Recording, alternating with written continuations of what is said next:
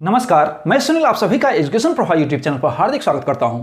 आज मैं उपस्थित हूं रिसर्च की कक्षा में, जिसमें कि एक कड़ी चल रही है खास करके रिसर्च की, खास करके अभी समस्या की, जो शोध समस्या है अर्थात जो रिसर्च प्रॉब्लम है।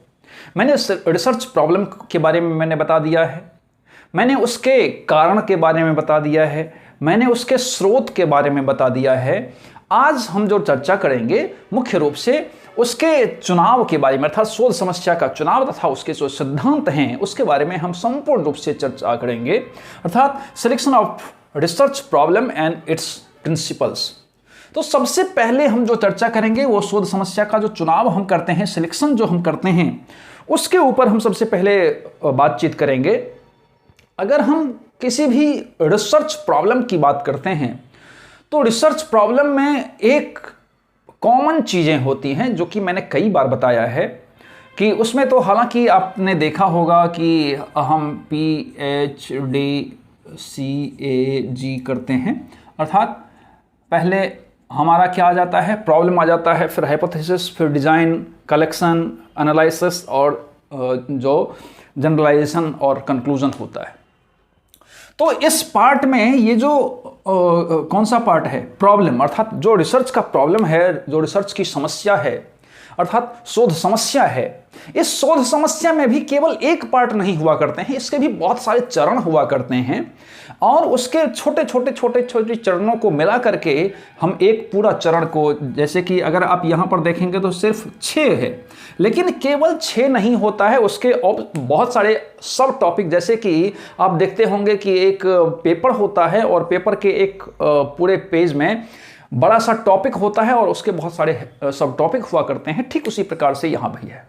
अब प्रॉब्लम की बात करेंगे, समस्या की बात करेंगे, तो सबसे पहले जो शोध समस्या होनी चाहिए वो कैसी होनी चाहिए, तो वैज्ञानिक रूप से, वैज्ञानिक ढंग से हो, वैज्ञानिक रूप से चयन हो। तो जब वैज्ञानिक रूप से चयन हो तो समस्या का, शोध समस्या का वैज्ञानिक रूप से चयन होना सबसे परमावश्यक होता है। अर्थात जब भी हम समस्या का चुनाव करने लगते हैं तो इस बात का हमें ख्याल रखना ही होता है कि हम उसको, उसका वैज्ञानिकी चुनाव करें, वैज्ञानिक रूप से, वैज्ञानिक ढंग से चुनाव करें, किसी भी ऐसे नहीं कर लें। तो सबसे पहले तो यह हो गया कि वैज्ञानिक ढंग से चुनाव हो। फिर दूसरी चीजें ये हो गई कि मान लीजिए कि जब हम समस्या का चुनाव करने लगते हैं तो बहुत सारे ग्रंथों को पढ़ते हैं, बहुत सारे थीसिस को पढ़ते हैं, बहुत सारे डिसर्टेशन को पढ़ते हैं, बहुत सारे अन्य जो मैगजीन्स हुआ करते हैं उनको पढ़ते हैं। अब पढ़ने के उपरांत आप देखे होंगे कि आपके मन में बहुत सारे, क्योंकि वहां से भी आपको बहुत सारी समस्याएं मिल जाती हैं।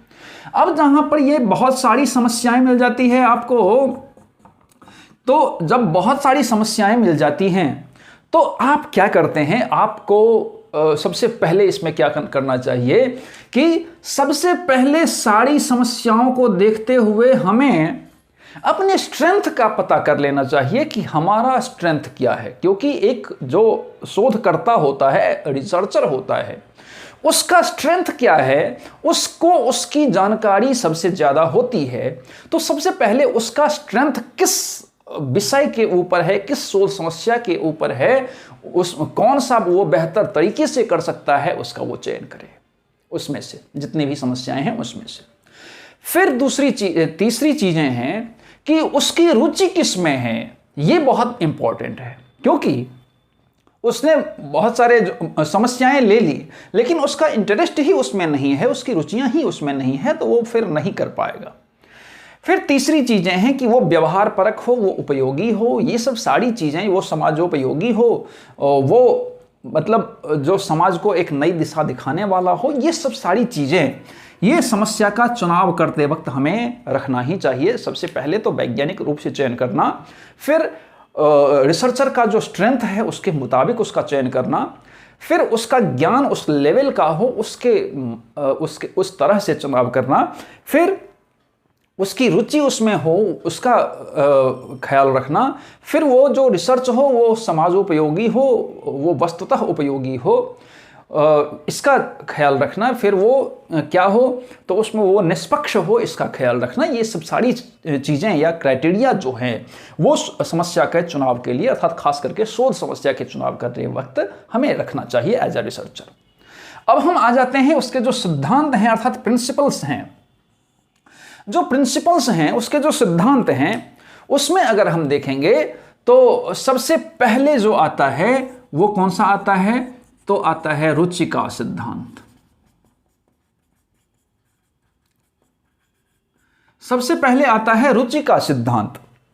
अब रुचि का सिद्धांत अगर हम देखें तो ये बहुत मायने रखता है। आप देखेंगे कि जब भी हमें समस्या लेनी होती है, जब हम समस्या का चयन कर लिए, तो समस्या का चयन करते वक्त हमें ये चीज बहुत बहुत बहुत गंभीरता पूर्वक सोचनी चाहिए कि जिस फील्ड को हम ले रहे हैं, जिस समस्या को हम ले रहे हैं, क्या हमारी गति उसमें है, क्या हमारी रुचि उसमें है, क्या हमारा इंटरेस्ट उसमें जग रहा है। अगर किसी भी शोधकर्ता का इंटरेस्ट उस समस्या से जनित ना हो तो निश्चित रूप से वो जो कार्य है, वो जो समस्या है, उसका जो कार्य होगा, उसका जो निष्कर्ष होगा, उसका जो मतलब कंक्लूजन होगा, वो निश्चित तौर पर कैसा होगा, तो अनुपयोगी होगा, अकार्य होगा, या फिर बहुत बेहतर वो जो समस्या है उसको वो सॉल्व नहीं कर सकता है। तो सबसे पहले हमें ये देखना चाहिए कि रुचि का सिद्धांत ये सबसे पहले टैली करता है अथवा नहीं। फिर आता है अभियोग्यता का सिद्धांत। दूसरा है अभियोग्यता का सिद्धांत। अब ये अभियोग्यता का सिद्धांत क्या है? दरअसल वो जिस क्षेत्र में जाना चाह रहा है, जिस शोध समस्या का चुनाव करने जा रहा है, उस क्षेत्र में उसकी गति किस प्रकार की है, उसका ज्ञान किस स्तर का है। मूल रूप से अगर हम अभियोग्यता की बात करेंगे तो हम अभियोग्यता से पाते हैं कि ऐसा ज्ञान जो कि हम ट्रेनिंग या प्रशिक्षण लेने के बाद प्राप्त करते हैं। जैसे कि हम बोलने की जो कला है वो हम कहाँ से प्राप्त करते हैं? अपने समाज से प्राप्त करते हैं, हम अपने घर से प्राप्त करते हैं, परिवार से प्राप्त करते हैं। तो ये कहाँ से? अगर कोई भी इंसान जो बहुत छोटा बच्चा है, 6 महीने का बच्चा है या 2 महीने 4 महीने का बच्चा है, अगर उसको जंगल में छोड़ दिया जाता है तो वो क्या इंसानी बोली बोल सकता है? क्या नहीं बोल सकता है। अर्थात आप ये देख सकते हैं, जैसे अगर किसी अगर मान लीजिए कि तमिलनाडु में अगर रहता है बच्चा तो वो क्या बोलेगा? तो तमिल बोलेगा। आंध्रा में रहता है तो वो क्या बोलेगा? तो तेलुगु बोलेगा। अगर केरला में रहता है कन्नड़ बोलेगा। अगर पंजाब में रहता है वो पंजाबी बोलेगा। अगर हिंदी भाषी क्षेत्र में रहता है हिंदी बोलेगा, मैथिली बोलेगा, भोजपुरी बोलेगा, या अन्य बहुत सारी बोलियां जो हैं या भाषाएं जो हैं वो बोलेगा। क्यों बोलता है? क्योंकि वो अभियोग्यता से प्राप्त है, वो प्रशिक्षण से प्राप्त है। तो वो प्रशिक्षण से जो भी ज्ञान हमें प्राप्त होता है, मुख्य तौर पर उसी को हम अभियोग्यता के नाम से जानते हैं।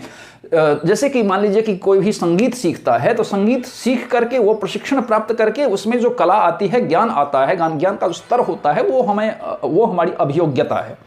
तो ये अभियोग्यता का सिद्धांत बहुत मायने रखता है। अर्थात उसने जो प्रशिक्षण प्राप्त किया है, प्रशिक्षण द्वारा प्राप्त ज्ञान उसमें जो है, उस ज्ञान का स्तर जिस क्षेत्र का वो चुनाव कर रहा है, जिस समस्या का शोध समस्या का चुनाव कर रहा है, उसमें उसकी गति किस प्रकार की है, वो कर पाने में समर्थ है अथवा नहीं। ये सबसे पहले किसी भी रिसर्चर को तय कर लेनी चाहिए कि जिस भी समस्या का मैं चुनाव करने जा रहा हूं, क्या मेरा ज्ञान उसमें किस हद तक है। अपने ज्ञान को आंकना सर्वोपरि होता है, क्योंकि अब मान लीजिए कि वो करने के लिए तो शुरू हो गया, लेकिन उसका जो स्तर है वो वहां तक नहीं पहुंच पा रहा है, वो फिर लटक जाएगा बीच में, अटक जाएगा बीच में, और वो नहीं कर पाएगा। इसीलिए अभियोग्यता का सिद्धांत जो है बहुत मायने रखता है कि इसमें ये होनी चाहिए।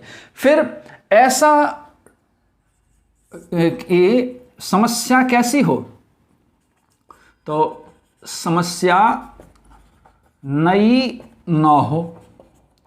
अब ये समस्या नई न हो का मतलब क्या है? मान लीजिए कि जब कोई भी रिसर्चर जो नए अनुसंधाता होते हैं, और नए अनुसंधाता अगर किसी भी एकदम से नए टॉपिक का सिलेक्शन कर लेता है। अब नए टॉपिक का सिलेक्शन कर लिया, सिलेक्शन तो कर लिया, लेकिन बाद में उसमें उसकी गति तो है नहीं, उसके बारे में उसको ज्ञान तो है नहीं। तो अब क्या होगा कि जब खास करके वो सब कुछ कर लेगा, खास करके जब यंत्रादि का मतलब बहुत सारे यंत्रों का अगर काम पड़ेगा, तो नए नए यंत्र उसके पास है नहीं, नए नए उपकरण उसके पास है नहीं, उसके पास खासी समस्याएं आएंगी। अर्थात जब नए अनुसंधाता अगर करें कोई भी अनुसंधान, तो उसको ऐसी टॉपिक, ऐसी समस्याएं लेनी चाहिए जो कि जिस पर कि रिसर्च पहले भी हो चुका हो, जिसमें कि उपकरण भी ऐसे हों जो कि उपकरण मौजूद हों, मार्केट में मौजूद हों, या फिर लोगों के पास उपलब्ध हों, या फिर ऐसा चीज़ जो पहले से उपलब्ध है। लेकिन अगर कुछ एकदम से नया जो आविष्कार करना है जिस यंत्र का, ऐसी समस्या हमने ले लिया जिसमें कि एक नए यंत्रों का आविष्कार करना है, अब यंत्र के ही आविष्कार में वो समय अपना गवा देगा, अनुसंधान कहाँ से हो पाएगा। तो ये इस प्रकार से बचनी चाहिए कि समस्या एकदम से नई ना हो। हाँ, एक चीज़ ये हो सकता है कि जो पुराने अनुसंधाता हैं, कई बार जिसके द्वारा रिसर्च किया जा चुका है, वो नए टॉपिक को, नई समस्या को वो अडॉप्ट कर सकते हैं। फिर समस्या मापन की सीमा में हो, चौथा हम लिख देते हैं समस्या मापन की सीमा में हो। अब ये समस्या मापन की सीमा में हो का मतलब ये है कि समस्या ऐसी होनी चाहिए जो कि हमें मूल्यांकन करने में तकलीफ ना हो। ऐसे संसाधन होने चाहिए, ऐसे उपकरण मौजूद होने चाहिए, हमारी समस्याएं ऐसी होनी चाहिए जो कि जिसका मूल्यांकन करने में हम असमर्थ तो नहीं हो रहे हैं, क्योंकि उसके उपकरण तो मौजूद तो हैं। क्योंकि अगर उपकरण ही मौजूद नहीं हैं, अगर बहुत सारी चीज़ें उसमें चाहिए, उसके वो अगर हमारे पास मौजूद नहीं हैं, तो फिर मूल्यांकन में दिक्कत होगी। और अगर मूल्यांकन में दिक्कत हो जाती है तो निश्चित रूप से उसके जो रिजल्ट हैं, उसके जो निष्कर्ष हैं, वो क्या होगा, तो वो इफेक्टेड हो जाएगा। और जब भी इफेक्टेड हो जाएगा तो क्या होगा, तो निश्चित तौर पर ये अनुसंधान बहुत उपयोगी न होकर के अनुपयोगी हो जाएगा समाज के लिए। तो ये निश्चित तौर पर होना चाहिए कि हमारी जो समस्या है वो मापन सीमा के अंदर ही हो, हमारी अर्थात रिसर्चर के मापन सीमा के अंदर की बात कर रहे हैं। फिर नंबर 5 की अगर बात करेंगे तो वो सैद्धांतिक हो, सैद्धांतिक व व्यावहारिक हो। सैद्धांतिक व व्यावहारिक समस्या होनी चाहिए।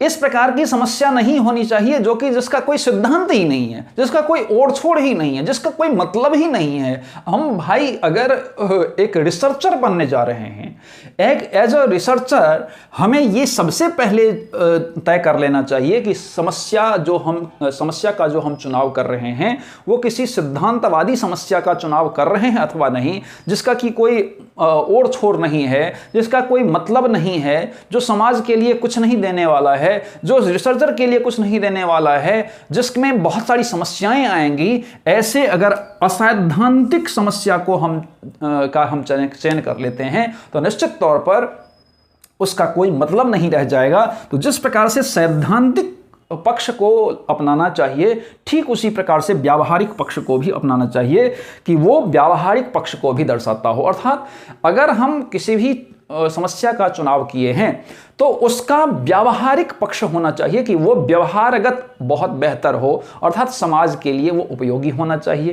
क्योंकि ऐसा ना हो कि वो हमने कोई रिसर्च को समस्या हमने ले ली और समस्या पूर्ण होने के बाद, अर्थात समाधान होने के बाद, निष्कर्ष प्राप्त होने के बाद वो समाज के लिए उपयोगी ही नहीं है, रिसर्चर के लिए उपयोगी ही नहीं है, राज्य के लिए उपयोगी ही नहीं है, समाज के लिए उपयोगी नहीं है, किसी के लिए उपयोगी अगर नहीं है, व्यवहार परक अगर नहीं है, अगर वो ऐसी समस्या है, ऐसा सिद्धांत उसने दे दिया जिसका कोई मतलब ही नहीं है समाज के लिए, लोग के लिए, किसी के लिए, वो अपने व्यवहार में अगर उतार नहीं सकता है तो इस ऐसी समस्या का कोई मतलब नहीं होता। तो अर्थात हमें जब भी समस्या लेनी चाहिए तो सिद्धांत के तौर पर हमें एक सिद्धांत भी बनाना चाहिए जिसके सिद्धांत पर हमें लेना है, और फिर व्यावहारिक पक्ष भी देखना है कि वो व्यावहारिक रूप से बेहतर है। फिर जो छठी चीज और महत्वपूर्ण चीज है वो क्या है, तो निष्पक्षता। निष्पक्षता होनी चाहिए। जब हम कोई भी एज ए रिसर्चर किसी भी समस्या का चुनाव करते हैं तो हमें इस सिद्धांत का बखूबी पालन करना चाहिए कि हम अपनी तरफ से एज ए रिसर्चर हम अपनी तरफ से उस पर कुछ भी जो मनगढ़ंत चीजें हैं उस पर हम थोप ना दें, या फिर पहले से जो हम डिसाइड कर चुके हैं वो उस पर लागू ना कर दें। ये बहुत मायने रखता है, क्योंकि कई बार क्या होता है कि जो रिसर्चर होता है वो, अब मान लीजिए कि अगर लड़का और लड़की दो है तो अब लड़का के मुकाबले लड़की तेज होती है या लड़की के मुकाबले लड़का तेज होता है। अगर कोई भी रिसर्चर पहले से तय कर ले कि नहीं, लड़का ज्यादा तेज होता है लड़की की अपेक्षा, तो ये क्या है, एक मनगढ़ंत बातें हैं, ये पक्षपातपूर्ण होता है। ठीक उसी प्रकार से अगर कोई पहले ही डिसाइड कर ले कि लड़की ज्यादा तेज होती है लड़के की अपेक्षा, तो ये भी एक मनगढ़ंत बातें होती हैं। तो निश्चित तौर पर हमें निष्पक्षता का ख्याल रखना चाहिए, अर्थात जो भी हमारे पास चीजें आए उसमें हम निष्पक्ष रहें। हम पहले से कुछ भी डिसाइड नहीं कर लें कि कौन क्या होने वाला है, कौन क्या नहीं होने वाला है। हमें ये छोड़ देना चाहिए कि जिस प्रकार का आंकड़ा आएगा, जिस प्रकार की चीजें बदलेंगी, उस प्रकार से हमारी सोच भी बदलेंगी, क्योंकि हम कुछ नहीं कर रहे हैं, जो आ रहा है उसके अकॉर्डिंग हमारा रिजल्ट जा रहा है।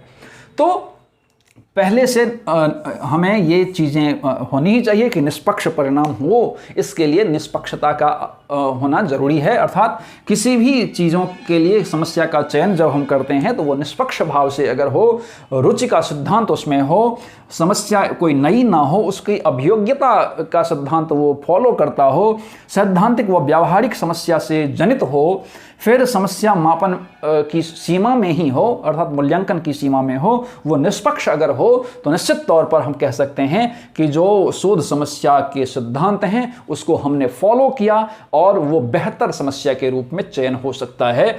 और ठीक उसी प्रकार से चुनाव के बारे में मैंने बताया। मुझे लगता है कि आप बेहतर ढंग से इस चीज़ों को समझे होंगे। इसी प्रकार से पढ़ने के लिए आप एजुकेशन प्रोफाइल यूट्यूब चैनल को सब्सक्राइब कीजिए, लाइक कीजिए, शेयर कीजिए, कमेंट कीजिए और साथ ही बेल आइकन को जरूर प्रेस कीजिए ताकि आपको आने वाले सभी वीडियो मिलते रहे। धन्यवाद।